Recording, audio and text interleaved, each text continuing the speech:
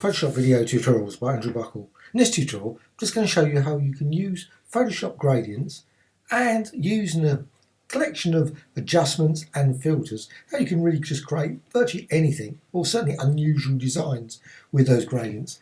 Now, first thing to do, and I'm just going to go to the gradient tool, and I'm going to use one of the gradients from the Graphic Extras website just here. Basically just click on there and you can see what it's made of. It's just made of a selection of different sort of columns of gradients, basically just black with a colour there, colour, then black, and so on and so on, just to create a nice little column, and click OK. Now you can find it on the Graphic Extras website, 32,000 different gradients.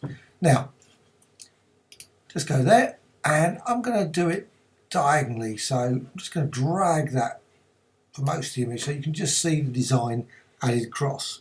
Now what I'm going to do is just go up to here and use darken. I'm going to go the other way, approximately there, so it's diagonal across, doesn't have to be exact. I'm just going to try and get as exact as possible. Right, now, got that design. Now I could of course finish at that point, it's quite a nice little gradient design, but what you can do, I can actually apply blurring effects, so I could use, say, blur, Gaussian blur, so I'm just going to blur it a little bit so you get a sort of a slight blur, so you lose a bit of the sort of those lines there. Now, once you've actually got that, you can go to image and adjustments, and I always find that HDR toning is quite nice for creating some very interesting colour effects. So you can just tweak that, play around, and you can sort of see that now what you're getting is nice little glows using this up here edge glow. Modify that. Right, click OK. Now, once you've done that, again, stop at this point. It's quite a really unusual sort of gradient design, just using basic one gradient and overlapping it. Now, what you can also do, if you want, is, and I'm just going to quickly go to filter and camera raw filter.